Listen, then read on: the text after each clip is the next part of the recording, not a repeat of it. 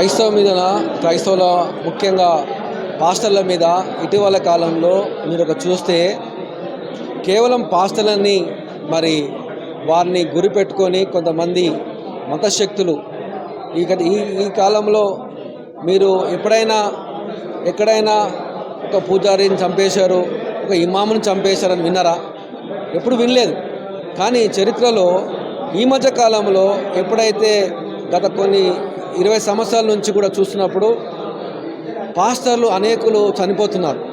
మరి ప్రవీణ్ పగడ గారు అతని యొక్క జీవిత చరిత్రను చూస్తే ఆయన ఒక మంచి వక్త. అతను డిబేట్స్లో పాల్గొనేవాడు. అతనికి మత గ్రంథాల మీద చాలా అవగాహన ఉన్నది. బైబిలు, ఖురాను, మరి భగవద్గీత మీద బాగా చదివిన వ్యక్తి. ఆయన మంచి స్కాలరు, మంచి విద్యావేత్త. Is very good orators and very good preacher. ఇతను అనేక సార్లు ఓపెన్గా మరి డిబేట్స్లో పాల్గొన్నప్పుడు 3 గ్రంథాల గురించి అవగాహన కొరకు సదస్సులు నిర్వహించేవాడు. ఈ సదస్సు నిర్వహించినప్పుడు, డిబేట్ నిర్వహించినప్పుడు చాలామంది ఈ యొక్క డిబేట్ని ఒప్పుకొనక అతని మాటలు అంగీకరించకుండా, లేదు ఇతను ఏదో మత మార్పిడి చేస్తున్నాడని చెప్పేసి మతం అనే మాటని అతని మీద ఫాల్స్ ఎలిగేషన్ చేస్తూ అతన్ని ఒక ప్లాన్తోని గత కొన్ని రోజుల నుంచి అతనికి రిటర్న్ కాల్స్ వస్తున్నా కూడా ఈ విషయము పోలీసు కూడా ఫిర్యాదు చేశారు. అతని మీద వస్తున్న రిటర్న్ కాల్స్ చంపేస్తామని. మరి ఈ యొక్క ఇన్సిడెంట్ ఏదైతే అయినదో అది యాక్సిడెంట్ కాదు. అది అతని యొక్క శవాన్ని చూసినప్పుడు అతని ముఖం మీద మరి బలమైన గాయాలు ఉన్నాయి. మరి బాడీ అంతా లేదు.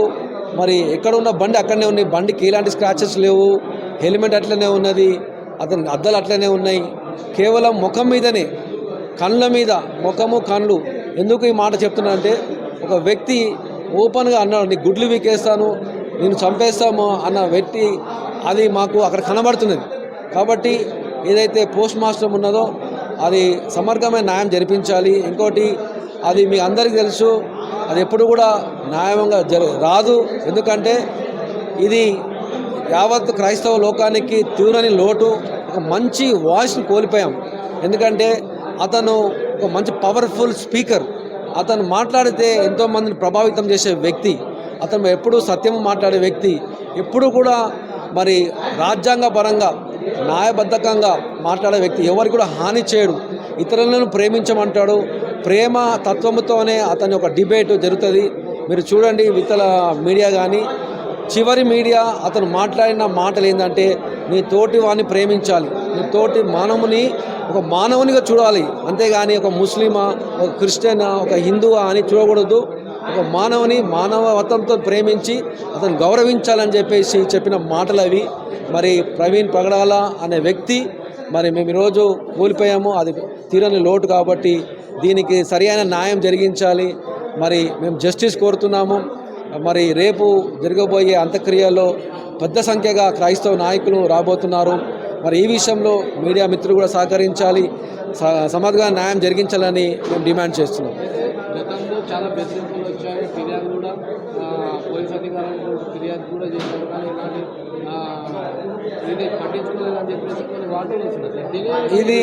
ఈ వాస్తవం. ఇది ఆయన ఫిర్యాదు చేసినప్పుడు ఎలాంటి మరి పోలీసు వాళ్ళు స్పందించలేదు.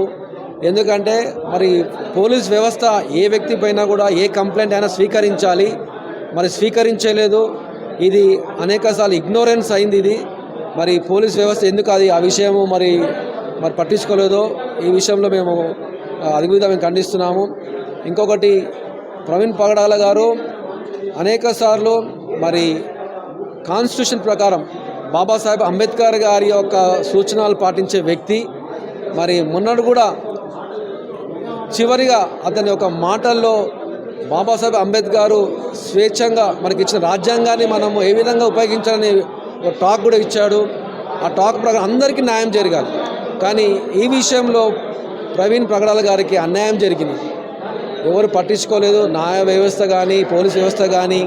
ముఖ్యంగా చనిపోయిన కొన్ని గంటలకు అతని మీద కేసు ఫిర్యాదు కూడా జరగలేదు.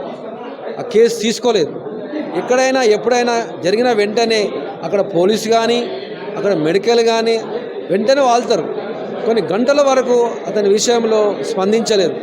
ఈ విషయం కూడా మాకు ఎన్నో అనుమానాలకి దారితీస్తుంది.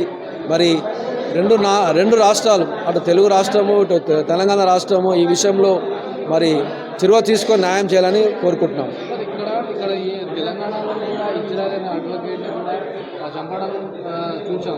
సో దేని ఏ విధంగా చూడదు సార్, ఒక అడ్వకేట్కు కూడా ప్రాణ హాని ఉంది, ఆయన కూడా ప్రాణం కాపాడుకునేది స్థితిలో లేదని చెప్పేసి తెలుసుకుంటే దీన్ని ఏ విధంగా చూడదు సార్? ఒక న్యాయ వ్యవస్థ, ఒక నాయకుడు, ఒక అడ్వకేట్, లాయర్, బ్యారిస్టర్, అతను అనుక్షణము పోరాడేది న్యాయం కొరకు. ఎవరైతే ఇజ్రాయెల్ ఉన్నారో అతను పేద నుంచి ఒక చిన్న బడుగు వర్గాల నుంచి వచ్చిన వ్యక్తి. అతను ఫీజు లేకుండా కూడా ఎన్నో కేసులు పోరాడాడు, ఎంతోమందికి సాయం చేసిన వ్యక్తి. అతను ఒక విషయంలో, ఒక కేసు విషయంలో ఒక వ్యక్తికి అనేక సార్లు హెచ్చరిస్తూ వచ్చాడు. హెచ్చరిస్తూ వస్తున్నందుకు ఒక న్యాయవాదినే అంత దారుణంగా హత్య చేసి చంపినారంటే మీరు గమనించండి. బికాస్ ఆయన క్రైస్తవుడు, ఒక దళితుడు, ఒక మరి చిన్న వర్గానికి చెందినవాడని చెప్పి అతను చంపేశారు. ఈ విషయంలో కూడా మాకు చాలా అనుమానాలు ఉన్నాయి. ఒక న్యాయ వ్యవస్థకు, ఒక లాయర్కే ప్రొటెక్షన్ లేదు. లాయర్కి ప్రొటెక్షన్ ఉండొచ్చు, కానీ ఈయన లాయర్కి బికాస్ ఒక బడుగు వర్గానికి చెందిన వ్యక్తి కాబట్టి ఇతనికి అన్యాయం జరిగింది. కాబట్టి ఇజ్రాయెల్ విషయం కూడా మరి ప్రభుత్వము న్యాయం చేయాలి. అది దారుణ హత్య, ఇది ఖండిస్తున్నాం. సార్, మొత్తానికి చూసుకున్నట్లయితే క్రైస్తవుల మీద, క్రైస్తవ మందిరాల మీద అనేక దాడులు తెలుగు రాష్ట్రాల్లో. సో దీనికి ఏ విధంగా చూడొచ్చు అన్నమాట? ఫ్యూచర్లో ఏమైనా ప్రమాదం వచ్చి ఉన్నారా, లేదా కావాలని చేపిస్తున్నట్టు ఉందా ఇది ఇవన్నీ దాడులు? సార్, చరిత్రలో క్రైస్తవుల యొక్క నవనిర్మాణంలో క్రైస్తవులు ఎవరు కూడా హాని చేయరు. క్రైస్తవులు పాటించేది శాంతి బాట. క్రైస్తవులకు యేసుప్రభు చెప్పిన మాటలు, సూతులు వాళ్ళు పాటిస్తారు. ఈ చెంప కొడితే ఈ చెంప కుర్తాని, ఇది జగమైన సత్యం. ఇది క్రైస్తవులకు ఇటీవల కాలంలో ఒక ఇన్సెక్యూరిటీ వచ్చింది. అంటే ఈ దేశంలో మేము బతకాలా, మాకు ఎలాంటి న్యాయం జరుగుతలేదు అనేది గత కొన్ని సంవత్సరాల నుంచి ఇటీవల కాలంలో ఇంకా ఎక్కువ జరుగుతున్నాయి. కేవలం క్రైస్తవుల మీద జరుగుతున్నాయి. క్రైస్తవుల మీద జరిగే ట్రోల్స్ మరి ఒక కామెడీగా మీరు చూస్తుంటే కేఏ పాల్ కానీ, పాస్టర్స్ కానీ వాళ్ళ మీద ట్రోల్ చేస్తున్న విధానం చూస్తున్నప్పుడు ఈ ప్రభుత్వము ఎలాంటి చర్య తీసుకుంటలేరు. ఎందుకంటే అందరూ ఈక్వల్గా జీవించాలి, అందరికీ ఈక్వాలిటీ ఉన్నది. ఇది సెక్యులర్ కంట్రీ, ప్రతి ఒక్కరికి రాజ్యాంగంగా మనం జీవించాలి. కానీ ఈ మధ్యకాలంలో క్రైస్తవులకి అనేక అటాక్స్ అవుతున్నాయి. చర్చెస్ మీద, పాస్టర్స్ మీద ఘోరంగా అటాక్స్ అవుతున్నాయి. ఈ విషయంలో మరి మీరు మీడియా మిత్రులుగా మీరు మరి ప్రభుత్వం దృష్టి తీసుకెళ్ళండి, క్రైస్తవులను కాపాడండి. ఈ సెక్యులర్ దేశంలో క్రైస్తవులు జీవించాలి. మేము కూడా ఇక్కడ పుట్టి పెరిగిన వారమే, మా కాంట్రిబ్యూషన్ కూడా ఉన్నది. మరి క్రైస్తవులు అంటే ప్రేమ, సేవ తత్వమే, అంతేగాని ఎవరికి హాని చేసే తత్వం కాదు.